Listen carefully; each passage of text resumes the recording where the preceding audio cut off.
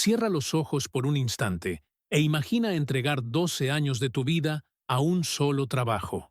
12 años sin faltar un día, soportando frío, calor y humillaciones, creyendo que la lealtad todavía significa algo. Ahora imagina que quien más debía protegerte es el que marca el número que destruye tu mundo. Y todo por un puñado de dinero. Esta no es una historia cualquiera. Es una herida abierta, un recuerdo que quema. Quédate, porque lo que vas a escuchar podría ser también el destino de cualquiera de nosotros. El sonido de los golpes en la puerta todavía me persigue como una pesadilla. Eran las 6:20 de la mañana, cuando el estruendo retumbó en las paredes de mi pequeño apartamento. 3 golpes, firmes, como si estuvieran martillando directamente en mi pecho. Me levanté sobresaltado, con el corazón acelerado, las manos aún manchadas de polvo de yeso, porque la noche anterior había estado terminando un encargo. No tardaron en gritar: ¡Inmigración! ¡Abra ya mismo! En ese instante, mi vida en Estados Unidos, esos 12 años que había entregado enteros a un solo trabajo, se derrumbaron como un muro mal construido. Me quedé inmóvil, paralizado por el miedo. El eco de esas voces me recordaba que había vivido más de una década en las sombras, siempre cuidando de no hacer ruido, de no levantar sospechas, de ser invisible. Y sin embargo, lo habían logrado. Me habían encontrado. Caminé despacio hacia la puerta, sintiendo que cada paso me arrancaba años de vida. Cuando abrí, el resplandor de las linternas me cegó, y lo primero que vi fueron las letras amarillas en los chalecos. Hice. Sentí que el mundo entero se me venía encima. Me ordenaron que levantara las manos y obedecí sin resistencia. Me esposaron de inmediato, con un movimiento brusco que me hizo doler las muñecas. El metal estaba helado, como si hubiera pasado toda la noche en un congelador, y me quemó la piel. Mientras me giraban para sacarme, alcancé a ver mi mesa. Allí estaba todavía el lonche preparado en una bolsa de papel, listo para llevar al trabajo. Ese simple detalle me partió el alma, porque me recordó que yo nunca faltaba, que llevaba 12 años siendo puntual, cumpliendo cada día como si el mundo dependiera de mi esfuerzo. Y sin embargo, ahí estaba, reducido a un ilegal más. Mientras bajaba las escaleras escoltado por los agentes, lo entendí todo. No había sido casualidad. No era un operativo cualquiera. Alguien me había señalado, y en mi mente apareció, como un relámpago cruel, la sonrisa de mi jefe el día anterior. Esa sonrisa hipócrita, ese apretón de manos que parecía sincero. Me había dicho: Ramírez, mañana descansa, te lo has ganado. Yo, ingenuo, pensé que al fin reconocía mis años de entrega, mis jornadas interminables bajo el sol y bajo la lluvia. Pero ese descanso no era un premio, era una trampa, una forma elegante de asegurarse de que estuviera en casa cuando vinieran por mí. 12 años levantando casas que nunca habitaría, pintando paredes que nunca serían mías, cargando cemento hasta que la espalda me crujía como un tronco viejo. 12 años confiando en que la lealtad todavía significaba algo en este país. Nunca falté, nunca me quejé, nunca pedí beneficios. Acepté salarios bajos, acepté humillaciones, acepté silencio, todo por una promesa vacía, que algún día mi esfuerzo sería recompensado. Recuerdo claramente mi primer día en la empresa, allá por 2010. Llegué con las botas gastadas, un casco que me prestó un primo y el miedo a que descubrieran que no tenía papeles. El jefe me miró de arriba a abajo y dijo: ¿Quieres trabajar? Aquí siempre hay trabajo para el que no se raja. Y yo no me rajé nunca. Trabajaba más horas que todos. Me quedaba después de la jornada. Aprendía rápido. En poco tiempo me convertí en su hombre de confianza. Ramírez, confío en ti para abrir la bodega. Ramírez, asegúrate de que todo esté listo antes de que lleguen los demás. Yo obedecía sin protestar, convencido de que eso me hacía valioso. Cada viernes, con los billetes sudados en la mano, me formaba en Western Union para mandar $400-500 a Michoacán. El dinero llegaba a mi familia, y ellos me llamaban agradecidos. Mis hijos estrenaban zapatos, Mi madre podía comprar medicinas. Mi esposa pagaba las cuentas. Esa era mi recompensa. Escuchar que allá, en la tierra que había dejado, vivían un poco mejor gracias a mí. Pasaron los años y yo seguí fiel. Vi irse a decenas de trabajadores que no aguantaban la explotación. Vi cómo otros se arriesgaban a buscar algo mejor. Yo me quedé. Yo aposté todo a la lealtad. Creía que esa palabra tenía un peso real. Y mi jefe me alimentaba con frases que ahora reconozco como veneno. Eres como de la familia, Ramírez. Sin ti, esta empresa no funciona. Palabras que yo me tragaba, como quien se aferra a un salvavidas en medio del mar. Pero ese salvavidas era de plomo, porque cuando llegó la oportunidad de ganar dinero extra entregando indocumentados, mi jefe no dudó. Yo nunca lo supe con certeza hasta esa madrugada, cuando las esposas me apretaban las muñecas y el recuerdo de su sonrisa falsa me lo confirmó todo. Había vendido 12 años de mi vida por un maldito bono. Cuando me subieron a la camioneta blanca del ICE, el aire olía a plástico viejo y desinfectante. Había otros hombres ya sentados, cabizbajos, esposados igual que yo. Algunos murmuraban oraciones, otros lloraban en silencio. Yo me quedé callado, con la mirada perdida en la ventana enrejada. Afuera, las calles de Houston pasaban como un desfile cruel. La gasolinera donde cargaba la camioneta de la empresa, el mercado latino donde compraba tortillas los domingos, las esquinas donde me ofrecían trabajo extra. Todo me parecía un funeral anticipado. Esa mañana, mientras el sol se levantaba como un fuego dorado sobre los edificios, yo comprendí que la traición no viene siempre de los enemigos. A veces llega de quien más te sonríe, de aquel a quien diste tu confianza absoluta.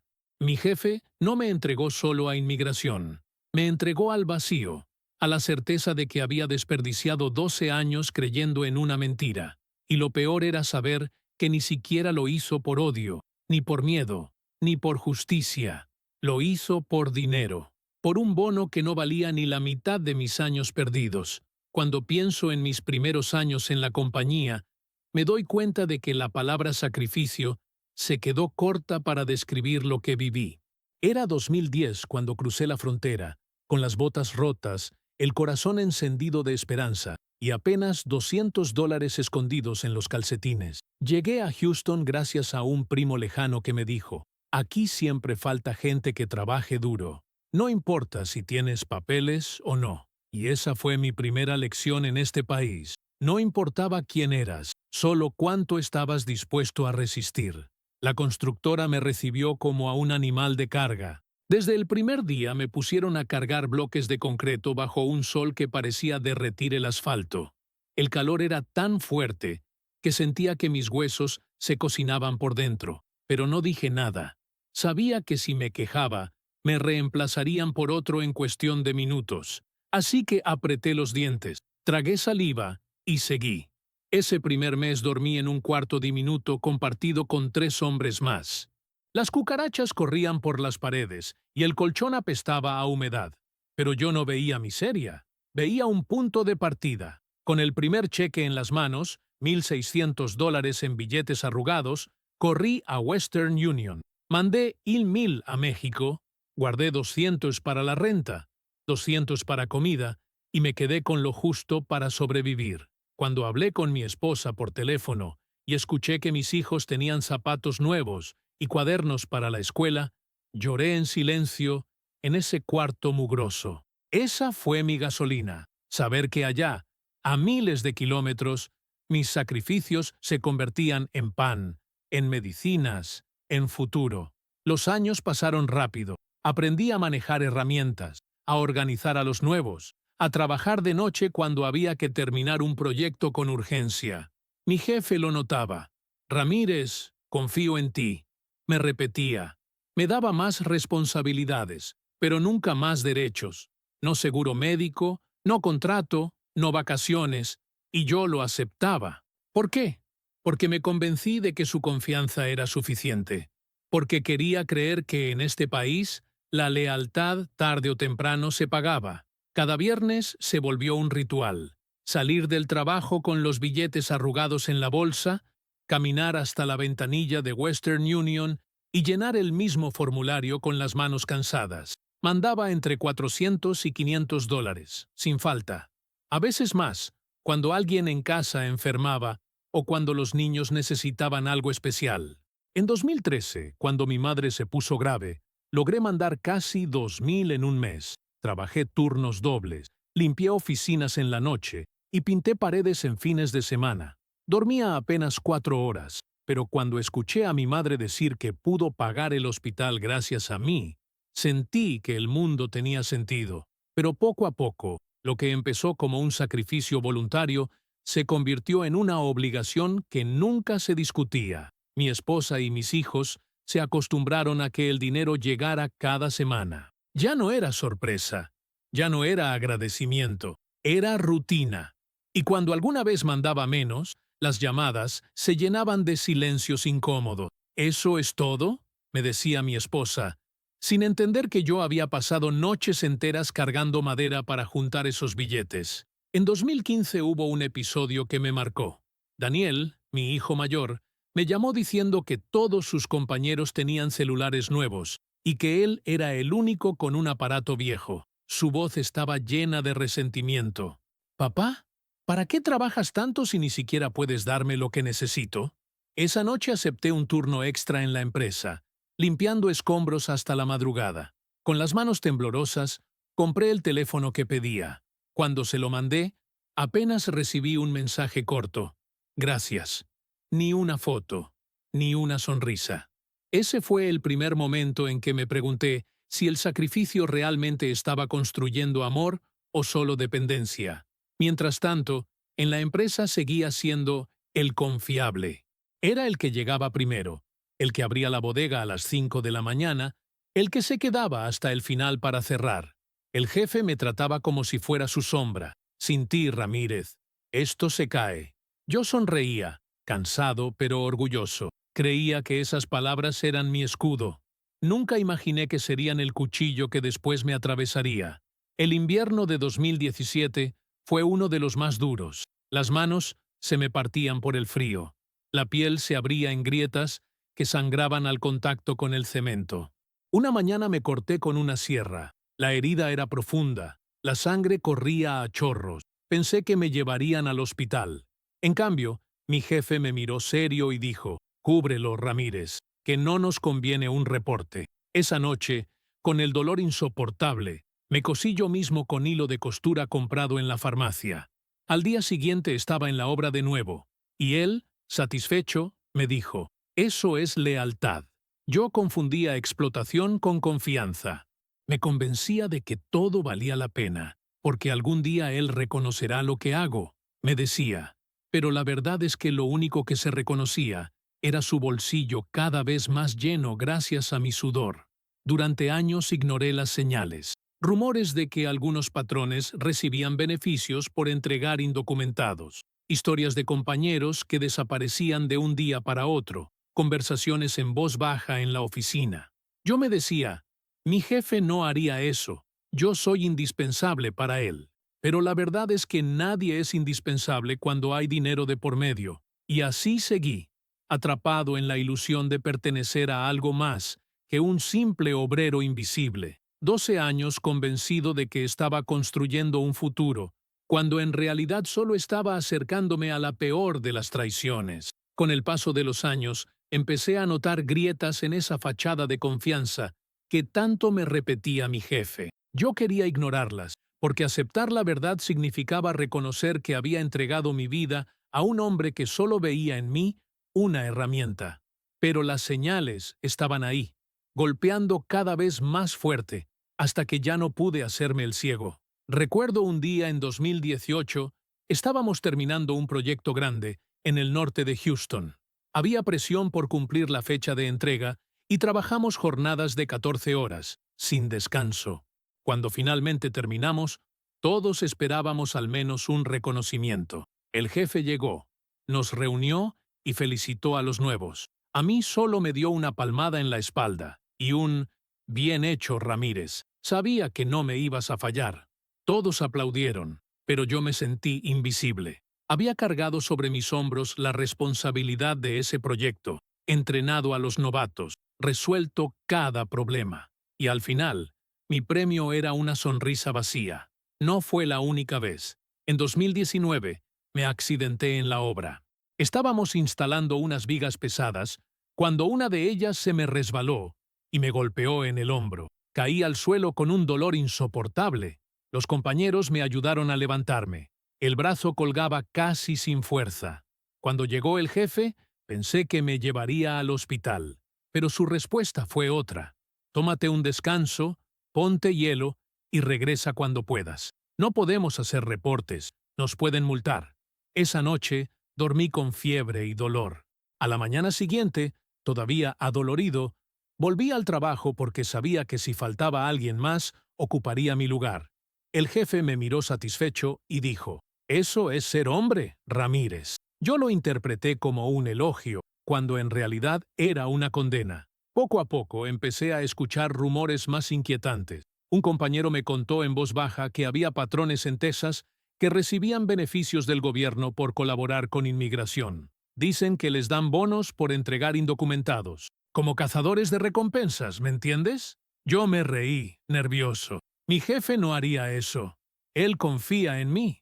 Pero esas palabras se me quedaron grabadas como una espina. En 2020 desapareció un amigo mío, Roberto, con quien trabajé casi 8 años. De un día para otro no volvió a la obra. Pregunté y nadie sabía nada. Semanas después me enteré por otros que lo habían detenido en su casa, en la madrugada. Igual que a mí me pasaría después.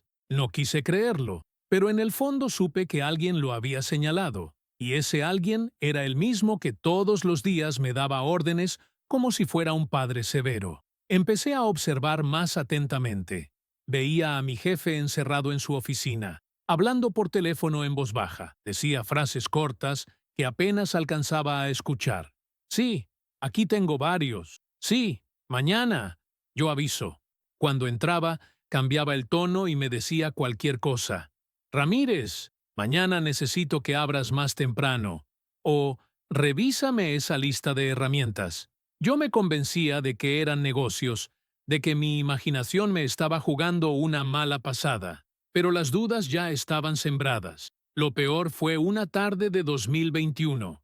Estaba limpiando la bodega y encontré en una carpeta mal cerrada un documento con el logo de inmigración. Alcancé a leer algunas líneas. Colaboración con empleadores. Beneficios por reporte. Sentí un escalofrío. Cerré la carpeta de inmediato y la dejé en su lugar, como si quemara.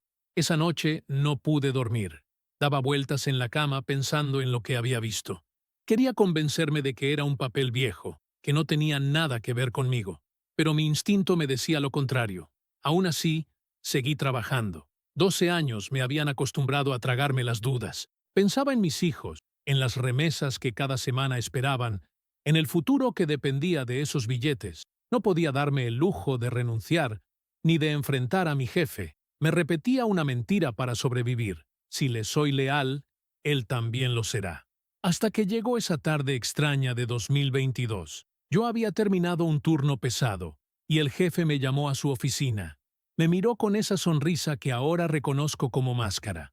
«Ramírez, mañana descansa. Te lo mereces». Nunca en 12 años me había dado un día libre. Me sorprendió, pero lo agradecí. Salí de la oficina pensando que, al fin, después de tantos años, había visto mi esfuerzo, que esa frase era un regalo, un reconocimiento tardío. Esa noche dormí tranquilo, ilusionado. Preparé mi lonche para el día siguiente por costumbre, aunque supuestamente iba a descansar. Y fue entonces cuando, al amanecer, los golpes en la puerta me arrancaron el alma. Hice las esposas, la camioneta blanca. En cuestión de minutos, entendí la verdad que había negado durante años. Mi jefe no era un hombre de confianza, ni un patrón agradecido. Era un verdugo vestido de traje barato, 12 años de lealtad reducidos a un cheque, a un bono manchado con mi sudor. Yo había visto las señales, pero me negué a creerlas. Y cuando finalmente abrí los ojos, ya era demasiado tarde. Mi vida en este país estaba en manos de quienes me habían vendido como si fuera una herramienta vieja que estorba en la bodega. Todavía siento en la piel el frío de esas esposas, la mañana que me sacaron de mi casa como si fuera un delincuente. Los golpes en la puerta habían resonado tan fuertes que pensé que la madera iba a ceder. Inmigración. Abra de inmediato. Yo temblaba, con la respiración agitada, con la mente en blanco. Abrí y los vi. 3 agentes con chalecos oscuros, insignias brillando en el pecho, armas en la cintura. El primero no me miró a los ojos, solo me sujetó y giró mis brazos hacia atrás. El clic metálico de las esposas fue como un disparo que selló mi destino. El metal estaba helado, apretándome con tanta fuerza que sentí la sangre detenerse en las muñecas. Quise explicar. Quise decir que llevaba 12 años trabajando para la misma compañía, que no tenía antecedentes, que lo único que había hecho era sostener a mi familia desde las sombras, pero no hubo espacio para palabras. Para ellos, yo era solo un número más en una lista. Me hicieron salir al pasillo del edificio. Los vecinos ya asomaban la cabeza por las puertas y ventanas. Algunos me miraban con curiosidad, otros con lástima, otros con indiferencia. Yo bajaba las escaleras con las manos atadas, la cabeza baja, el corazón latiendo con violencia. Sentí una vergüenza insoportable. Todo lo que había hecho para ser invisible, para pasar desapercibido, se derrumbaba en ese instante. Ahora era exhibido como un criminal. Cuando crucé la puerta de la calle, el aire de la madrugada me golpeó como cuchillas. El sol apenas se asomaba y el rocío brillaba en los autos estacionados. Me empujaron hacia la camioneta blanca, con las ventanas cubiertas por rejas. El olor adentro era una mezcla de sudor, desinfectante y miedo. Había otros hombres ya sentados, esposados como yo. Uno murmuraba una oración, otro lloraba en silencio, otro mantenía los ojos cerrados como si quisiera desaparecer. Me senté en medio, con la mirada fija en el suelo, y entonces lo comprendí todo. No era coincidencia, no era azar. Mi jefe me había entregado. La noche anterior me había sonreído, me había dicho, mañana descansa. Y yo lo había creído. No sabía que ese descanso era en realidad la preparación para la caída. Él había marcado el número.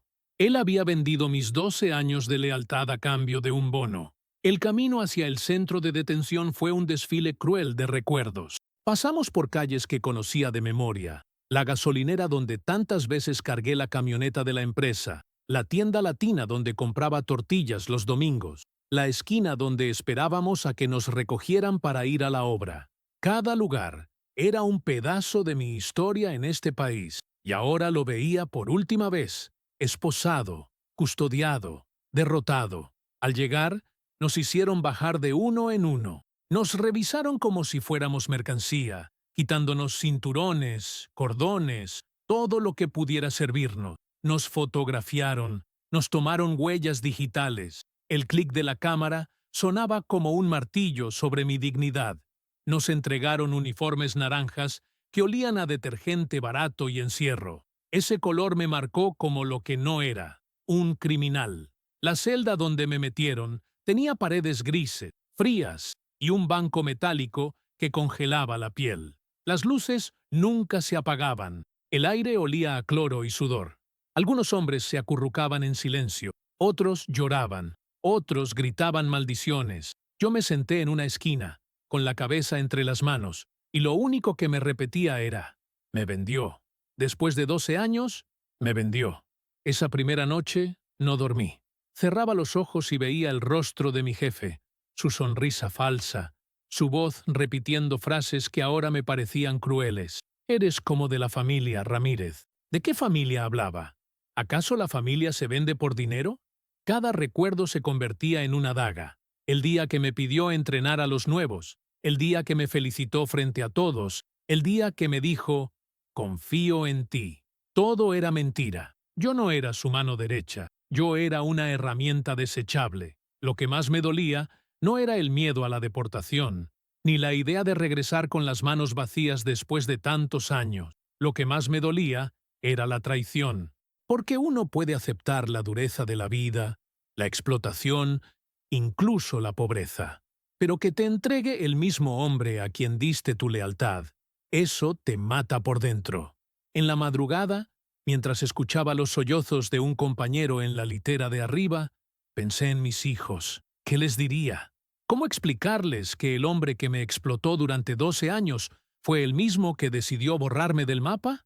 Sentí rabia, impotencia, pero también un vacío enorme, porque ya no tenía fuerzas para odiar. Solo tenía la certeza de que todo lo que había construido en este país se había derrumbado en cuestión de minutos. Ahí, en esa celda fría, entendí que no me habían arrestado solo por ser indocumentado.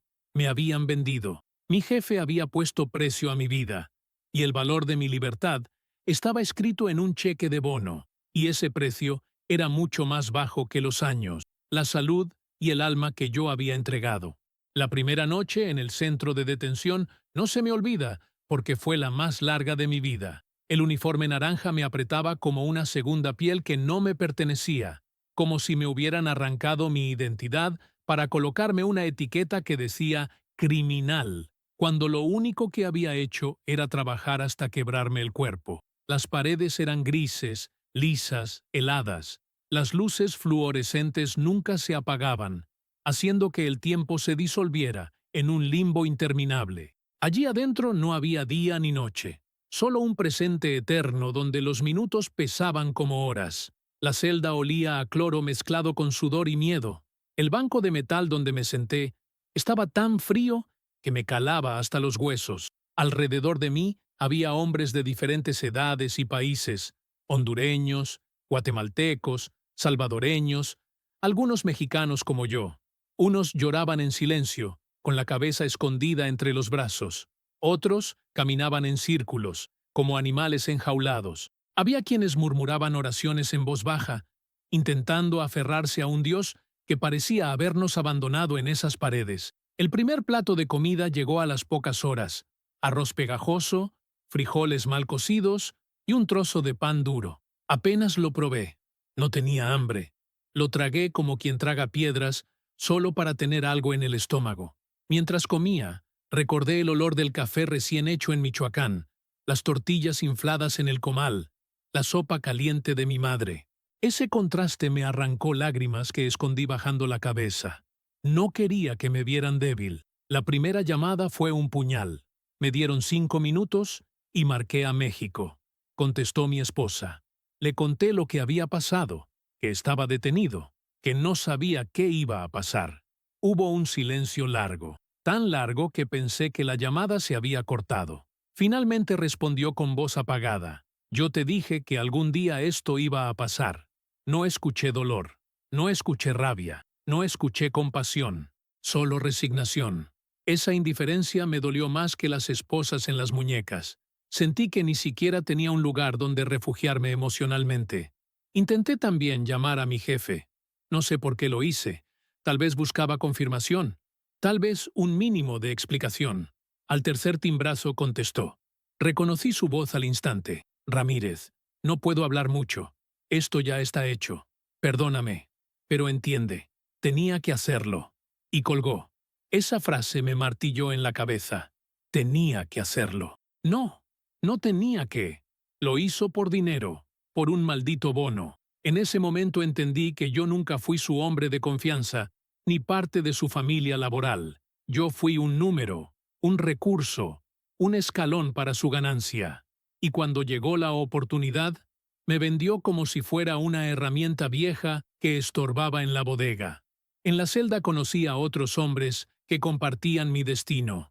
Un hondureño llamado Oscar me dijo en voz baja, mi patrón también me entregó. Nos explotan hasta que ya no servimos y después llaman para cobrar la recompensa. Otro, un guatemalteco, relató que lo habían sacado de la obra en plena jornada, delante de todos, porque el dueño había cooperado con inmigración. Cada historia era un reflejo de la mía, con diferentes rostros, diferentes acentos, pero con el mismo dolor, la traición de quienes se aprovecharon de nuestra vulnerabilidad.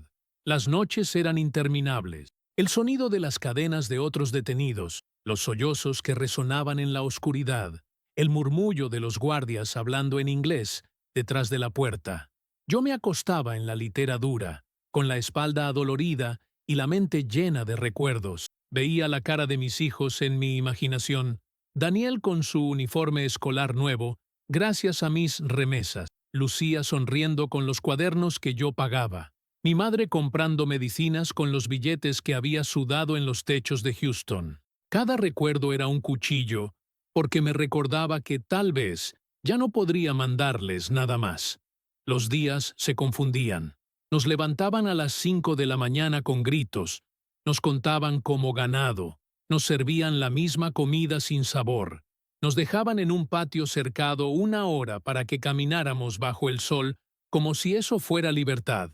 Después regresábamos a la celda, a esperar, a contar los segundos. La incertidumbre era el peor castigo.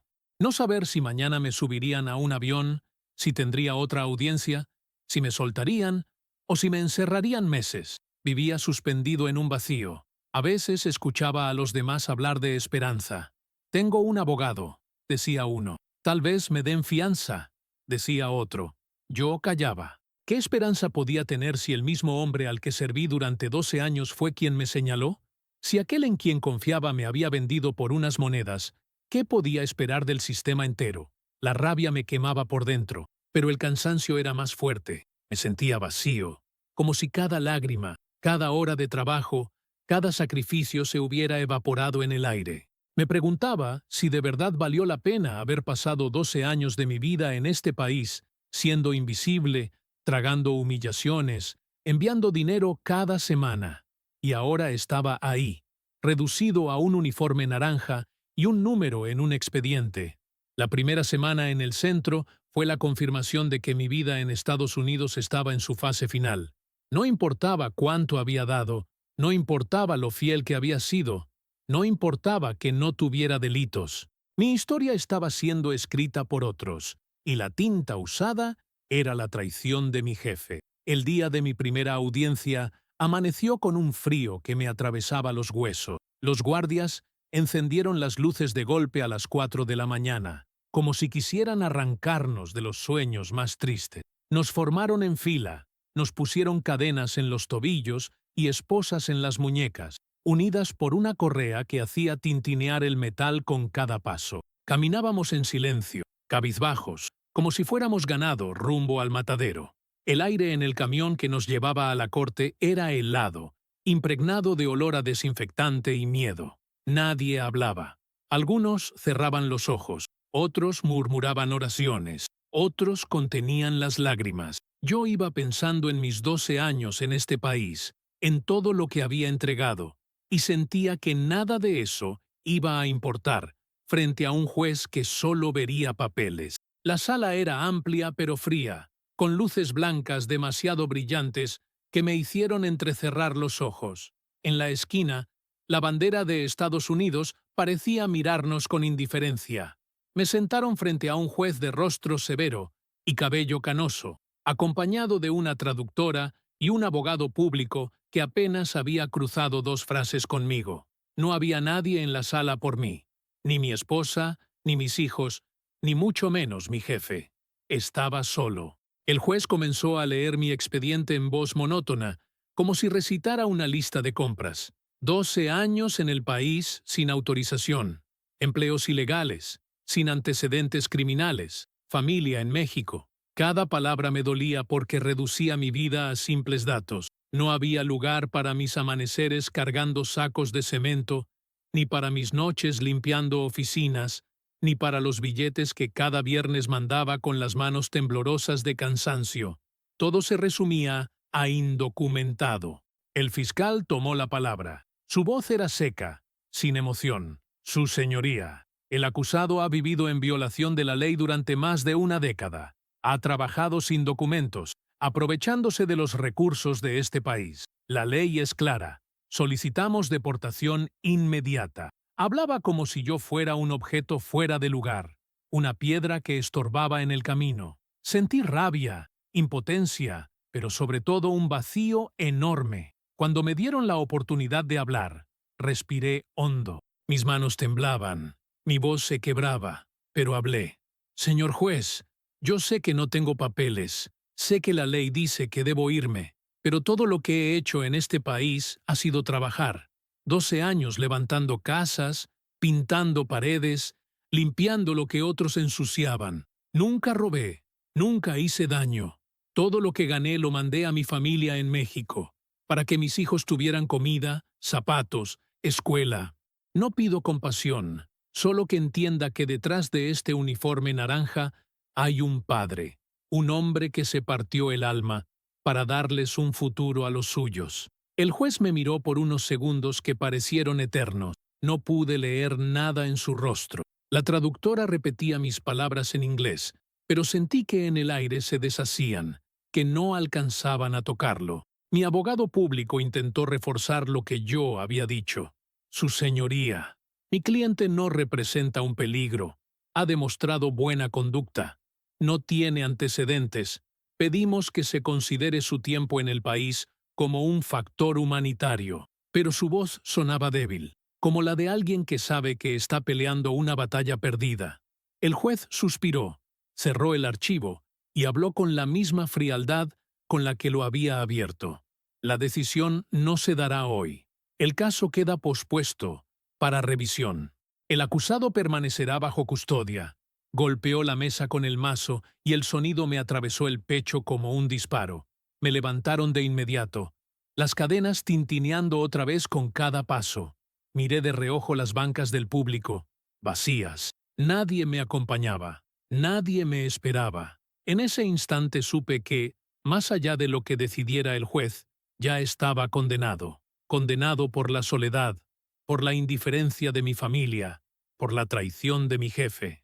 De regreso en la celda, un hondureño que también había tenido audiencia ese día, me dijo en voz baja, «Lo más duro no es lo que decida el juez. Lo más duro es darte cuenta de que afuera nadie pelea por ti». Y esas palabras me calaron hondo, porque era cierto. Nadie había levantado la voz por mí. Yo había sostenido a tantos, había sido la sombra fiel de mi patrón durante 12 años, había enviado miles de dólares a mi familia, y sin embargo, en la sala donde mi vida se jugaba, nadie estaba. Esa noche, en la litera dura y fría, entendí que el juicio más doloroso no se daba en esa corte, sino dentro de mí mismo, y en ese juicio interior, la sentencia era clara. Había desperdiciado 12 años creyendo que la lealtad se pagaba con lealtad, cuando en realidad, en este país, la lealtad se vende al mejor postor. Los días en detención se volvieron un ciclo interminable. Despertar con las luces encendidas de golpe, escuchar el conteo en inglés de los guardias, recibir la misma comida sin sabor, caminar una hora en un patio cercado como si fuéramos animales en un corral, regresar a la celda a esperar, esperar siempre, sin saber qué. El tiempo no existía, solo existía la incertidumbre. Me sentía suspendido en un limbo, como si el mundo allá afuera se hubiera olvidado de mí. Pensaba en mi familia, y el dolor me carcomía. Mi esposa ya casi no contestaba mis llamadas. Cuando lo hacía, su voz sonaba distante, resignada. Me hablaba de cuentas, de problemas, de cosas que necesitaban dinero.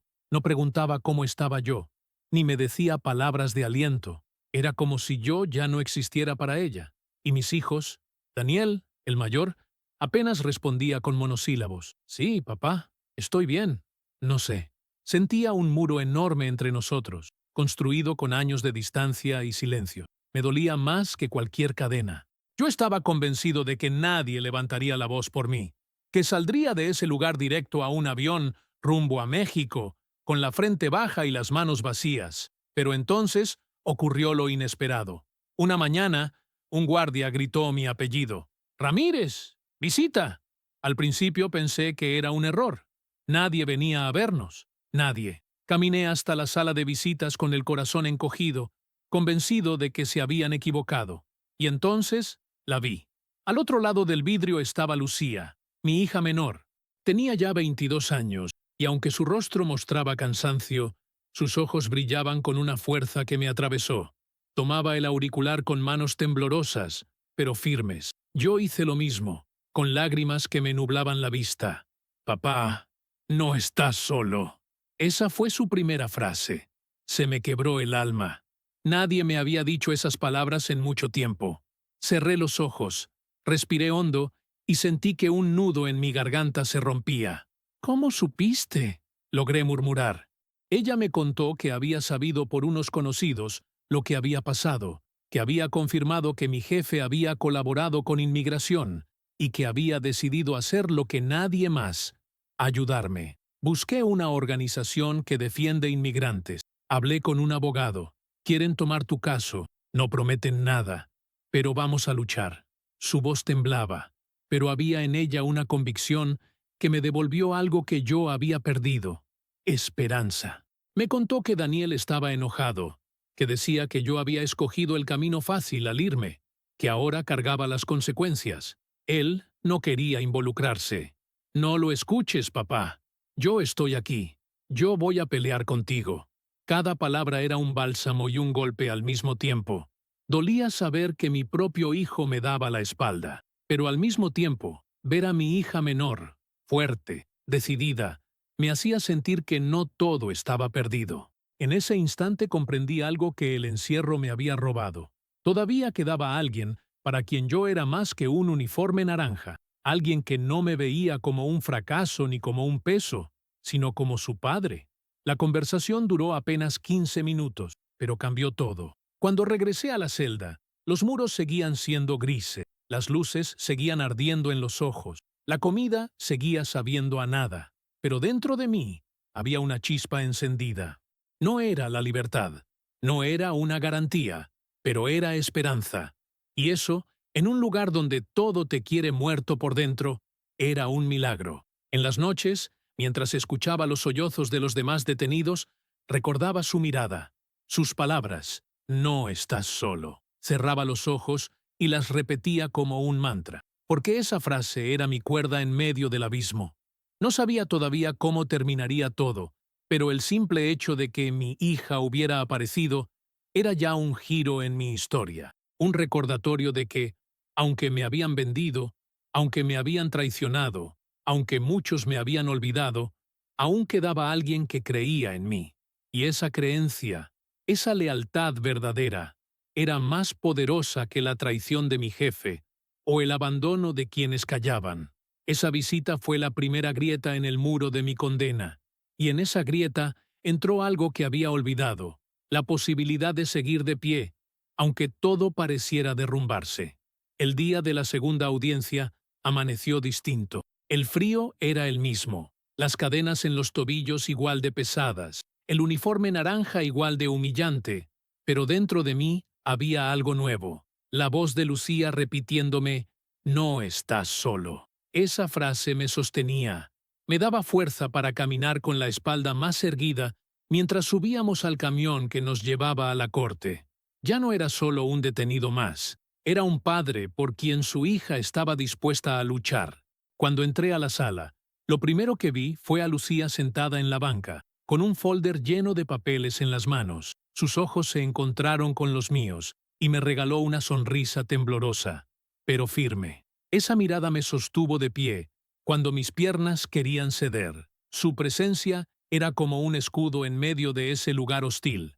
El juez repasó mi expediente con la misma frialdad de antes. 12 años en el país sin autorización, trabajos ilegales, sin antecedentes criminales, familia en México. El fiscal, con tono mecánico, repitió: «Este individuo ha violado la ley durante más de una década.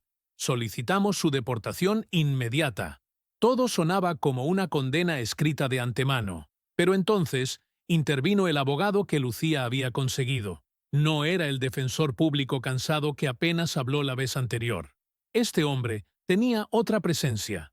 Abrió el folder con calma y dijo: «Su señoría, mi cliente no es un criminal. Es un hombre que dedicó más de una década a trabajar de manera honesta, a sostener a su familia con cada dólar ganado. No tiene antecedentes. Ha sido víctima de explotación laboral y, peor aún, de traición. Fue entregado por su propio empleador a cambio de un bono económico. Tenemos evidencia de esa colaboración. Mi cliente no fue arrestado por azar, fue vendido. La sala se quedó en silencio. El juez levantó la vista por primera vez, sorprendido. El fiscal intentó objetar. La colaboración con inmigración es legal. Eso no cambia que el acusado no tiene papeles. Pero el abogado no cedió. La ley podrá ser legal, su señoría, pero no siempre es justa.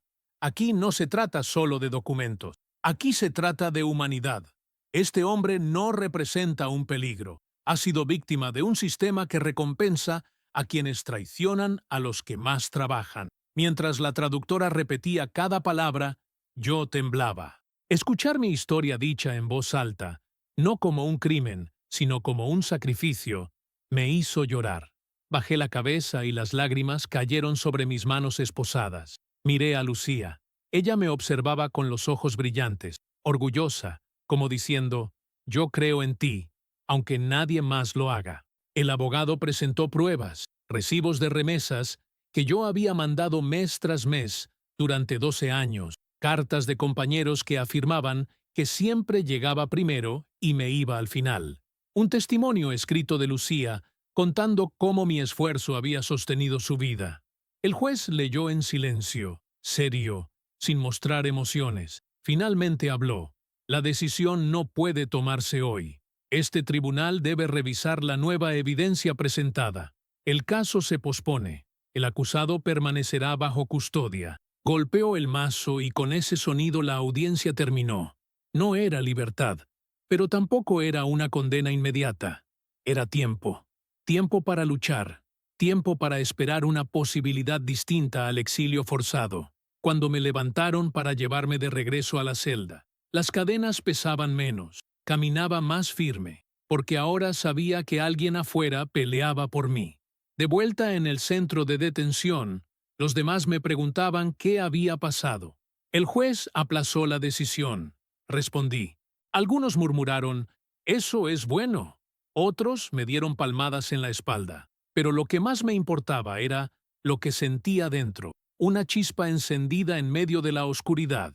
Esa noche, acostado en la litera dura, pensé en mi jefe, en cómo había contado los billetes de su bono mientras yo era llevado esposado, y entendí que su traición ya no era lo que definía mi vida, porque la voz de Lucía, su valentía, había demostrado que la lealtad verdadera no se mide en dinero, sino en la disposición de estar presente cuando todo parece perdido. El futuro seguía siendo incierto, pero ya no me sentía derrotado.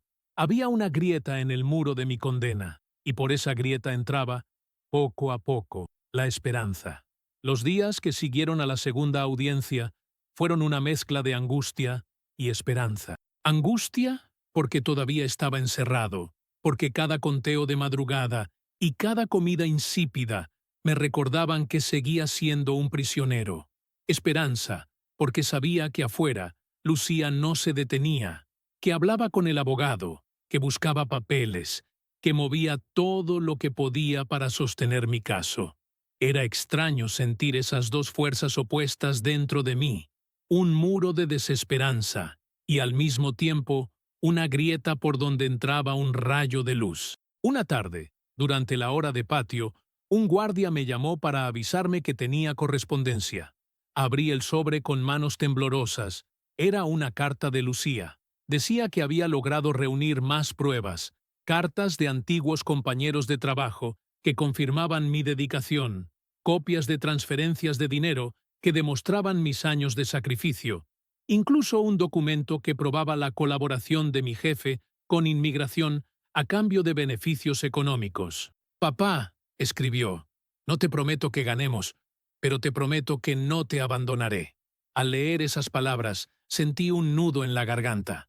Me quedé sentado en la litera, con la carta apretada contra el pecho, como si ese papel fuera el único escudo que tenía contra la oscuridad. El día de la última audiencia llegó más rápido de lo que pensé. Nos despertaron temprano, nos pusieron cadenas y nos subieron al camión de nuevo. El aire en el vehículo estaba cargado de silencio y resignación. Algunos rezaban, otros lloraban. Yo iba con los ojos cerrados, murmurando en silencio el nombre de mi hija como si fuera una oración. Lucía, Lucía. Al entrar a la sala, lo primero que busqué fue su rostro. Allí estaba, sentada en la primera fila, con los ojos firmes y las manos apretando un folder. Sentí que las piernas me temblaban, pero su mirada me sostuvo de pie. El juez llegó puntual, el fiscal también. El ambiente estaba cargado de tensión. El fiscal habló primero, repitiendo lo mismo de siempre. El acusado ha permanecido ilegalmente en este país durante más de una década. Ha trabajado sin autorización. La ley es clara. Debe ser deportado de inmediato. Su voz era fría, cortante, como si pronunciara un guión memorizado. Entonces intervino el abogado que Lucía había conseguido. Su voz era firme, segura. Su señoría, la ley puede ser clara, pero la justicia exige contexto. Mi cliente ha dedicado 12 años de su vida a trabajar de forma honesta, a sostener a su familia en México. No tiene antecedentes. Ha sido explotado y finalmente entregado por su propio empleador a cambio de un beneficio económico. Presentamos pruebas que demuestran esta colaboración y que confirman que mi cliente fue víctima de un sistema que premia la traición. El juez revisó los documentos en silencio. Yo lo observaba con el corazón a punto de salirse del pecho. Miré a Lucía. Ella no apartaba los ojos de mí, como si me transmitiera fuerza solo con su presencia. Finalmente, el juez habló. Este caso no es sencillo. La ley dicta deportación, pero también debemos considerar factores humanitarios. El acusado no tiene historial criminal, ha demostrado años de trabajo constante y cuenta con apoyo familiar presente en esta sala. Dicho esto, este tribunal no puede ignorar la violación de la ley migratoria. La deportación se ejecutará. Sin embargo, dada la evidencia presentada, se concede la opción de salida voluntaria bajo supervisión. Tendrá un plazo limitado para organizar su regreso. Las palabras me atravesaron como un martillo. Deportación. Era la confirmación de lo que tanto temía, pero también estaba esa otra parte. Salida voluntaria. No me arrastrarían en cadenas, no me expulsarían de golpe. Tendría un tiempo para despedirme, para recuperar un poco de dignidad antes de dejar el país que había sido mi cárcel y mi sustento durante 12 años. El fiscal frunció el ceño, insatisfecho. El abogado me puso una mano en el hombro y asintió con calma. Lucía lloraba en silencio, pero sus lágrimas no eran de derrota total. Habíamos perdido la batalla, sí, pero no de la forma más cruel. Cuando me levantaron para sacarme de la sala, las cadenas tintinearon una última vez frente al juez. Caminé con la frente en alto, sentía el corazón hecho pedazos, pero también un extraño alivio. No salía libre, pero tampoco humillado como un criminal. Salía con la frente erguida, gracias a la voz y la valentía de mi hija. De regreso a la celda, los demás me preguntaron qué había pasado. «Me deportan», respondí, pero con salida voluntaria. Algunos murmuraron que era un alivio. Otros me miraron con envidia porque no me mandarían esposado directo a un avión. Yo solo pensaba en Lucía, en lo que había hecho por mí. Ella había estado ahí cuando todos los demás me habían dado la espalda. Esa noche, acostado en la litera por última vez, entendí que el juicio más grande no lo había dictado el juez, sino mi propia vida. Y en ese juicio, lo que pesaba no eran los papeles que nunca tuve, sino la traición de mi jefe y, al mismo tiempo, la lealtad inquebrantable de mi hija. El día que crucé por última vez las puertas del centro de detención, llevaba mis pocas pertenencias en una bolsa transparente, un par de calcetines, una camiseta vieja, cartas arrugadas de mi hija, nada más. Afuera me esperaba Lucía. Cuando la vi, corrí hacia ella, aunque las piernas me temblaban.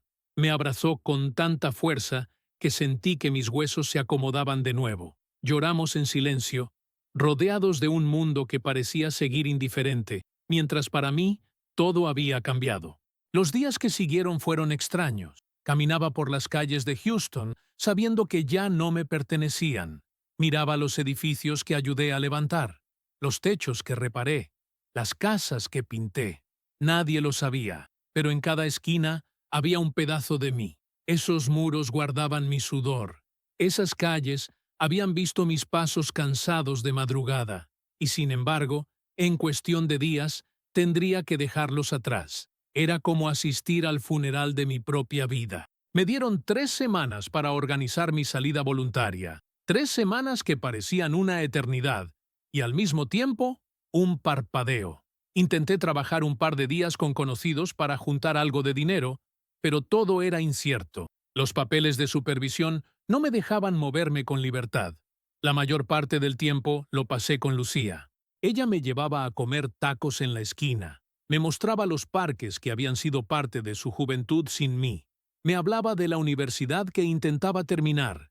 Yo la escuchaba con orgullo y tristeza, pensando en todo lo que me había perdido. Daniel, en cambio, no apareció. Me enteré por Lucía que había dicho: «Papá escogió ese camino. Ahora que aguante». No pude odiarlo. Solo sentí un vacío enorme, como si una parte de mí hubiera muerto junto con su cariño. Pasé noches enteras recordando cuando era niño y corría a recibirme en las llamadas, cuando me pedía juguetes, con la inocencia de quien cree que su padre es un superhéroe. Ahora era un hombre que me condenaba con su silencio. Esa fue mi mayor derrota. El día de mi vuelo llegó demasiado rápido. El aeropuerto estaba lleno de gente que iba y venía con maletas, sonrisas, planes de vacaciones. Yo llevaba solo una mochila y una escolta discreta que se aseguraba de que no escapara. Me senté junto a la ventana y miré el cielo de Estados Unidos por última vez. No sentí odio, sentí cansancio. Un cansancio tan profundo que me parecía un alivio. Había peleado tanto, había cargado tanto, que por primera vez me dejaba caer en el vacío de la resignación.